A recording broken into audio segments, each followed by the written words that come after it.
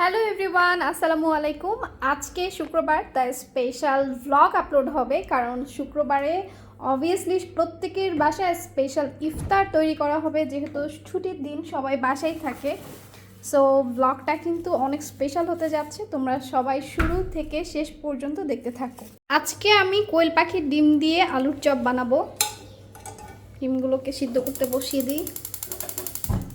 And finally আমার নতুন pressure কুকারটা ইউজ হতে যাচ্ছে। এখানে আমি মাংসটাকে কষিয়ে নিব, আর এই পাতিলটাতেই আমি হালিম রান্না করব। এই প্যানটাও আমার ইউজ হয় না, অনেক দিন ধরেই কিনে রাখতে রাখতে পুরান হয়ে গেছে।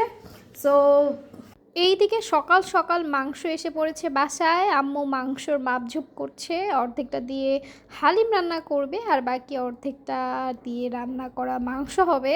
আম্মু বলছে আগে ছোলাটা সিদ্ধ করতে, এরপর মাংসটাকে কষিয়ে নিতে। এদিকে আন্টি আন্টি দেরি করে আসছেন কেন? আমরা তো ভাবছিলাম আসবেনই না, দেরি করে আসছেন যে।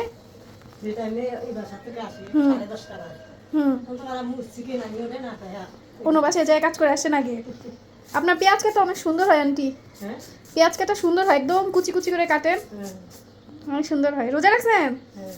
আজকে আমাদের বাসায় ইফতার করেন কেন? করলেন একদিন আমাদের সাথে ইফতার। আরো এক কাজ আছে? তাহলে আজকে আমরাই আপনার বাসায় চলে যাবো। কি খাবেন? মাশাআল্লাহ মাশাআল্লাহ।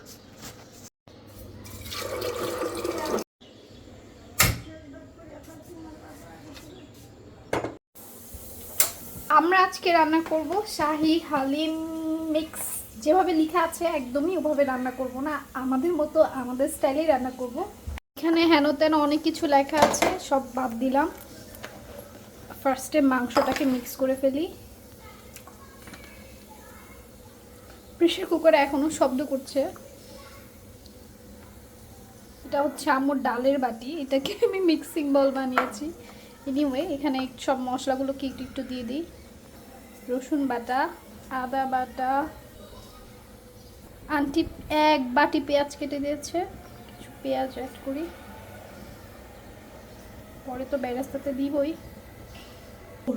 তুমি আগের মশলাটা এখানে মিক্স করতে চাচ্ছ? দাও দাও, নিজের হাতে হালিম বানাইতে চাও? আম্মু আর কিনে খেতে চায় না, আম্মু নিজের হাতে মশলা বানিয়ে না ডালটা বানায় হালিম রান্না করতে চায়। আচ্ছা ওটা আরেকদিন। মাখানোটা দেখতে কত স্যাটিসফাইং। হ্যাঁ, কি দিলা? ধনিয়ার গুঁড়া। এখন কি দিবা? জিরার গুঁড়া। জিরার গুঁড়া, হলুদ। হলুদ, মরিচের গুঁড়া দিবা না? এটা দিবা না, বুঝছি, যে ওইটা দিবা, ঝালটা না। লবণই তো দেই নাই। দাও এটা দাও। লবণ কতটুকু দিব? এতটুকু দিয়ে বেশি পরে আবার দিব। আবার মিক্স মিক্স মিক্স।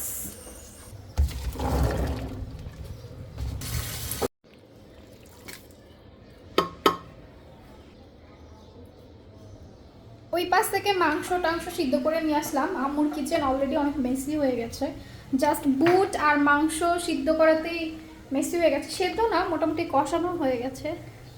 আর এগুলো নিয়ে এসেছি। আর এই পাশে গরম পানি চুলায়, কেন কি এই ডালটাকে আমি ভিজিয়ে রাখবো গরম পানিতে আধা ঘন্টা। বকে গরম পানি, চুলাটা বন্ধ করে দিলাম আর পানিটাকে ঢেলে দিলাম সসপ্যানে। পুরোটা লাগবে না হয়তো।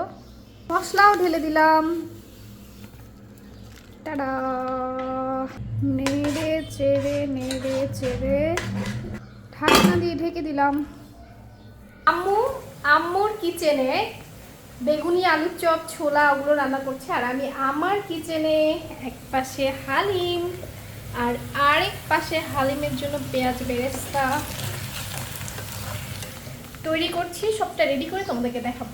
রান্না শেষ, আমি ইনিশিয়ালি কিছু ধনিয়া পাতা দিয়ে দিচ্ছি, আর লাস্টে ডেকোর করার সময় আবারও কিছু ধনিয়া পাতা দিয়ে দিব। এই দেখো কত সুন্দর করে পেঁয়াজ বেরেস্তা করে ফেলেছি। ভেবেছিলাম পুরো রান্নার ভ্লগে এই ভিডিওতে শেয়ার করব, কিন্তু সেটা আর সম্ভব হবে না, কারণ ভিডিওটা 10-15 মিনিটের হয়ে যাবে। তাই বাকি ক্লিপগুলো অন্যদিন শেয়ার করব। আর আমি ডেকোরের জন্য সব কিছু সুন্দরভাবে কেটে কুটে নিচ্ছি, যেন ভালোভাবে সার্ভ করা যায়, দেখতেও সুন্দর লাগবে, খেতেও খুব ভালো লাগবে। আর এখন আমি আমার প্লেটটা রেডি করব, আর আমি নামাজ পড়ে তারপরে হালিম খাবো। আমি একদমই পানি খেয়ে অনেক ভারী খাবার খেতে পারি না, একটু গ্যাপ নিয়ে তারপর খাই।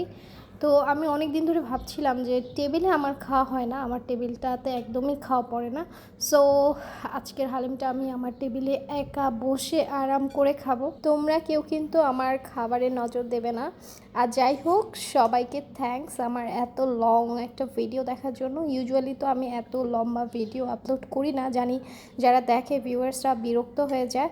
আই থিঙ্ক আজকের ভিডিওটা তোমাদেরকে মোটেও বিরক্ত করেনি, তোমরা সবাই এনজয় করেছো। আর এখন আমিও খাবারটা এনজয় করবো। আল্লাহ হাফেজ, সবাই ভালো থাকো।